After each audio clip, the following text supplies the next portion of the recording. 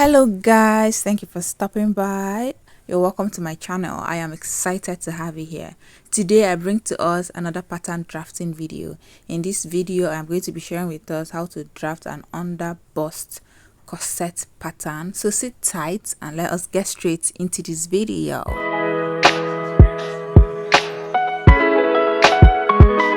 I am going to start by drafting my front pattern. Here on my pattern paper, you can see that I have some lines ruled out, and these are the necessary lines that we'll be needing to draft this pattern. So at the very top, I have my shoulder line, which is also my starting line. I came down by 13 inches, which is my bust point line. I came down by 17.5 inches for my under bust line, 20 inches for my waistline, and then I came down by 26 inches for the length. You can use any length of your choice for your blouse, but because I intend to use this for an inbuilt corset, I came down by 6 inches from the waistline. So if you're also going to be using yours for an inbuilt corset, you should come down between 4 to 6 inches depending on how tall your client is or how big your client is. Next, I'll go ahead and impute my shoulder measurement divided by 2. My shoulder divided by 2 is 8.5 inches plus extra half inch for seam allowance. That's to attach my sleeve to the shoulders, making it 9 inches. Next, I'll go ahead and impute my neck width and my neck depth. So at first I marked a neck width of 3 inches, but I reduced it to 2.5 inches, and then I'm going to mark a neck depth of 3 inches. For the neckline, you can use your discretion, use whatever neckline is comfortable with you. As for me, I am going to go ahead and adjust this neckline into a queen and neckline later on. So next, I'm going to come down by 1 inch from that my shoulder point, and then I'll slant it to meet my neck width, creating my shoulder slant. Now from that 1 inch slant, I am going to mark my chest line. So you can either get this by dividing your armhole measurement by 2 or dividing your bust measurement by 6 and adding 1.5 inches. So I marked mine at 9 inches because that is what I got after doing my calculations. So I'm going to just impute my entire shoulder measurement right there on that point so that I'll have a straight line, and then I'm going to connect it with a straight line like this, and then I'm going to extend this part out, thereby creating my chest line. Next, I'm going to measure out what I have on this line. I have about 9 inches. I'm going to divide that into 2 to get the midpoint at 4.5 inches. From that midpoint, I'm going to go in by 1 inch, and then I'll connect these points to create my armhole curve. So from the tip of my shoulder, I am drawing a curve that cuts across that 1 inch mark down to my chest line. Remember how I said earlier that I was going to adjust my neckline into a queen and neckline? So that's what I'm trying to do now. Right now I'm trying to determine how exposed my chest area is going to be. So I marked 8 inches initially, and then I adjusted it to 7.5 inches. So you can go lower, as low as you want. This is dependent on how exposed you want your cleavage to be. So I marked 7.5 inches across, and then I ruled it out using a straight line. So this is my neck depth at the moment. Next, I will impute my bust span measurement. This is the distance from one nipple to the other, and I am working with a bust span measurement of 7.5 inches divided into 2. I have 3.75 inches. That is 3.75 of an inch. So I marked it on my length line and then on my bust line, and I'm going to go ahead and connect these points using a straight ruler. Next, I will go to my shoulder area. I'm going to measure out everything I have on the shoulder slant, and I am going to divide whatever I have there into 2 to get the midpoint. Now I'll go ahead and connect that point to meet the point on my bust point line like so. Now I can go ahead and impute my darts. On the length line, I'm going to be marking 1 inch towards the side area and then 1 inch towards the center front. That's 1 inch on both sides. I'm going to repeat the same thing on the waistline, and I'm also going to repeat the same thing on the under bust line. The amount of darts you're going to take in should depend on the bust size you're working with. I have a total intake of 2 inches for my dart right now, and then I realized that, oh, I'm working with a bigger boobs. I'm working with a bust measurement of 44 inches, and then my client has a lot of boobs. So I later adjusted my dart to 2.5 inches. So towards the side, I marked 1.5 inches instead. I hope this makes sense. If you're working with a very small boobs, your dart intake should be around 1 inch to 1.25 inches. If you're working with a normal regular small size boobs, your total dart intake should be about 1.5 inches. Then if you're working with a medium to slightly large boobs, your dart intake should be around 1.75 inches to 2 inches. Then if you're working with extra large boobs, then your dart intake should be around 2.5 inches. On my bust point line, I came down by 0.75 inches and I went up by 0.75 inches. With the help of my curved ruler, I am going to connect my dart legs to meet that 0.75 inches below my bust point line. And the reason why I came down by 0.75 inches and went up by 0.75 inches is to help eliminate pointy ends after sewing our bustier. Next, I'll come to this line, which is basically my new neck depth, and I'm going to take 1 inch on both sides, and then I'm going to connect these points to the 0.5 inch mark that is above my bust point line. So I'm using a slight curve for this one, and I'm going to go ahead and shade out this my dart area. So this shaded portion indicates the part of this pattern that's going to be taken out. Now I can go ahead and take in my horizontal measurements, but before I do that, I'm going to replace this dart that I have here on this line. I have a total dart intake of about 2 inches, so I have to replace this and draw in a new armhole curve. If I do not replace this, I am going to have a whole lot of shortage on my armhole area and it's not going to come out looking nice. So now that I've replaced that 2 inches mark, I have gone ahead to draw in a new armhole curve. Okay, on my chest line, I'll impute my bust measurement divided by 4. I'm working with a bust of 44 inches divided by 4 is 11 inches, and then I'll go ahead and replace the dart that I have on that line. I have a total dart intake of about 0.75 inches to 1 inch, so I have replaced that, and then I'm going to add 2.5 inches for my seam allowance, so you can use whatever seam allowance you like. Next, I'll come to my waistline, which is my half length, and I'm going to impute my waist measurement divided by 4, and that will give me about 9.25 inches. And then I'm going to go ahead and replace this dart. I have a total dart intake of 2.5 inches, so I replaced that, and then I added my 2.5 inches again for seam allowance. On the length line, you're going to measure exactly where your length stops, so you take the round measurement there and then you're going to divide that into 4. This my length line just stops below my tummy, so my measurement there divided by 4 is about 9.75 inches. That is about 39 inches. Okay, so I'm going to replace the dart intake of 2.5 inches and then I'll add 2.5 inches for seam allowance. Now I'll go ahead and connect these points together like so.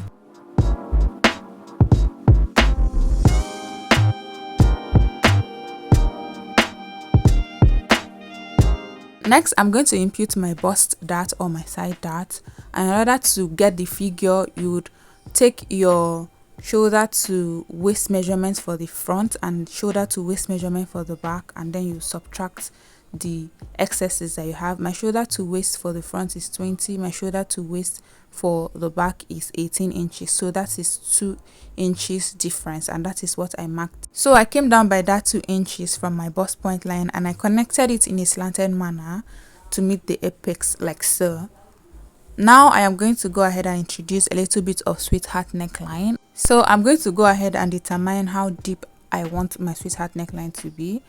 I settled for 2 inches, so this is dependent on how much cleavage you want to show at the end of the day.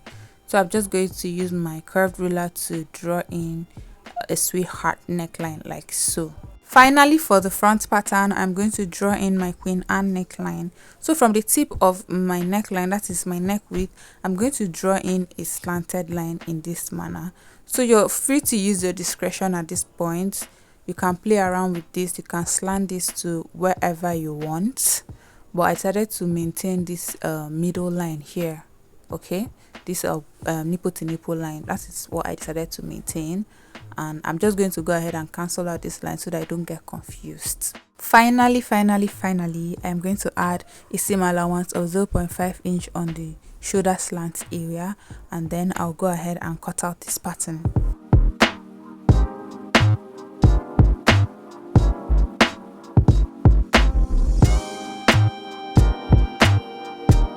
Now, while cutting this pattern out, when I get towards the side, I am going to shift my hand a little bit and leave a little bit of allowance around that bust, that area, and you're going to see why later on. As you can see, I cut out the new armhole. Do not make a mistake of cutting out the old one so that you will not cry later. And here I am done cutting out my yoke. I'll keep that aside and I'll go ahead and cut out the rest of this pattern.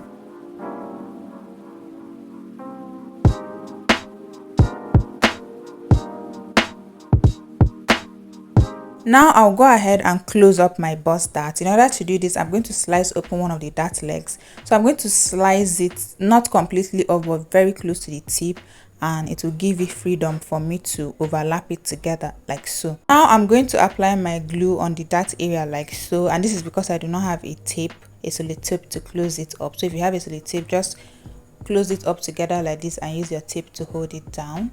So at the end of the day, I have closed my side darts. If you look closely, you're going to see that we have a little bit of excess and shortage situation going on here. One of the dart leg is longer than the other, and we are going to go ahead and blend this up. So we are going to blend the longer part towards the armhole line, and this is why I said you should add a little bit of allowance when you're cutting out the side area. This will help us blend this out properly. Now that I have closed off the side dart, you can see that the dart has been transferred to the top right here. Finally, I went ahead to write down my annotations. This is my center front, and I am going to be cutting one on fold. At the top of this my pattern, I'm going to add about 1/2 inch. This is my side front. I'll cut out 2 pieces. At the top, I'll add 1/2 inch for seam allowance, and this is my yoke. I'll cut out 2 pieces. At the top, at the bottom, I'll add 1/2 inch for seam allowance. So now I'm going to put this aside and we'll work on the back pattern. Here is the pattern paper for the back, and just like I did for the front, I have the necessary lines ruled out.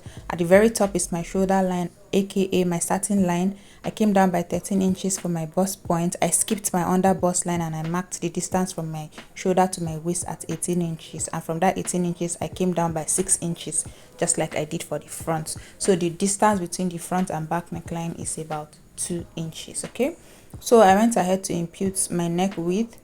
I'm working with a neck width of 2.5 inches and a neck depth of 1 inch, and then I imputed my shoulder measurement divided by 2 plus 1/2 inch for seam allowance, and then I came down there by 1 inch for my shoulder slant, and I'm going to be slanting this towards my neckline. From there, I marked 9 inches, which is basically my armhole measurement divided by 2, just like I did for the front. Now I'm going to measure out everything I have on my shoulder and mark on that point so that I have a straight line while connecting like so. Now I'm going to measure out everything I have on this line and get the midpoint, which is 4.5 inches, and then I went in by about 1/2 inch. This is because the front armhole and the back armhole is not the same. The back armhole is usually shallower than that of the front. I went ahead to extend out my chest line, and then using the help of this my point, I'm going to go ahead and draw in my armhole for the back. So just like I did for the front, I'm going to go ahead and determine my neck depth for the back. So this is dependent on how much flesh you want to show, how much you want your back to be exposed. I used a neck depth of 11 inches for the back, and I'm going to mark this on both sides, and then I'll connect using a straight line like so. Next, I'll impute my bust span measurement divided by 2. I'm working with a bust span of 7.5 inches divided by 2, that is 3 3/4 inches. So I marked that on my length line, and then I marked that on my neck depth, my new line there, my neck depth. All right, let's call that our neck depth. So I'm going to connect these points together like so using a straight line. I'll go ahead and take in my darts now. On the length line, I am going to mark 1 inch on both sides of this line, and I am going to connect this all the way to the top like so.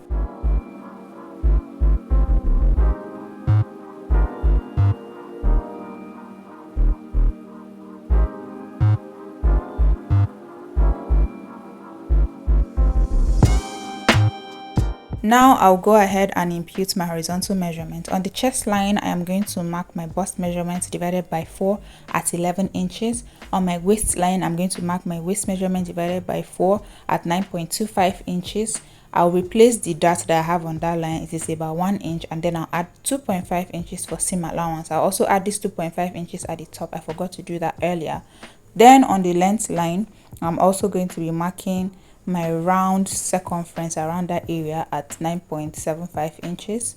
Then I'll replace the 2 inches dart that I have there, and then add 2.5 inches for seam allowance. I'll go ahead and connect these points together like so, and our back pattern is almost ready. For the back neckline, go ahead and freestyle it, but for me, I'm going to maintain the Queen Anne neckline. So from the tip of my neckline, that is my neck width, I'm going to go ahead and slant it in like so. I think I came out 1 inch after my dart line, and then I just slanted it like so. Next, at the center back, I'm going to go ahead and subtract 1 inch from top to bottom, and this is for my loops. So by the time we are done sewing this, we're going to have a 2-inch gap at the back. All right, so if you want a bigger gap, you're going to go ahead and subtract more. If you want to make use of a zipper instead, all you have to do is add your zipper allowance before drafting out the back pattern, or you add it directly on your fabric when you're cutting. So I went ahead to add 1/2 inch seam allowance on the top area, and I am cutting out my pattern right now. So I'm going to cut out the yoke area first, and then I'll go ahead and cut out the rest of this pattern. For the loop area, you can go ahead and cut it out, but I won't be cutting it out. I like to fold it in just for future use in case I want to add a zipper next time, so that I won't get confused. All right, the dart, you can completely cut it out and have 2 pieces. That is the center back and the side back, but again, I'm not going to cut it out completely. I want 1 piece. So I went ahead to slice open one of my dart legs, and I'm going to be closing that dart up. I applied my glue again to close it up because I can, and I just want 1 piece at the back. I don't want too much joinings. I want a seamless finish, and it's going to make my work so much more easier. So if you want a joining, just go ahead and slice out the dart completely. So basically the back pattern is almost ready. I went ahead to indicate which part is up, and I wrote down my annotations. I'm going to be cutting 2 pieces of the center back. I'm going to be adding 1/2 inch seam allowance at the center back, 1/2 inch seam allowance at the top, 1/2 inch seam allowance at the bottom of the yoke area, and the yoke area I'm also going to be cutting out 2 pieces. Right here, I'm testing to see that the sides of the front and the back align, and they align properly. So I'm going to bring back my front pattern. I forgot to cut out the under bust area. Remember, this is an under bust corset pattern, so I'm going to separate the under bust from the other piece, and this is what I have right here. You can decide to leave this as it is, but I'm going to be closing off this dart because it is possible to close it off, and I just want a seamless finish. So I brought a piece of paper, I placed some glue on it, and then I placed 2 of them together, and I closed off my dart. So this is me indicating that this is the top. I'll add 1/2 inch seam allowance all around here. Finally, we are done with the pattern drafting. Let me know if you want a sewing tutorial. And with that being said, we have come to the end of today's video. If you found value in this video, go ahead and give this video a like so that more people can get to see it. Subscribe if you're not yet subscribed. If you have any questions, suggestions, thoughts, drop it in the comment section for me. Share this video with your friends, and I'm going to see you in my next video. Thank you so much for watching. I love you guys so much. Bye guys.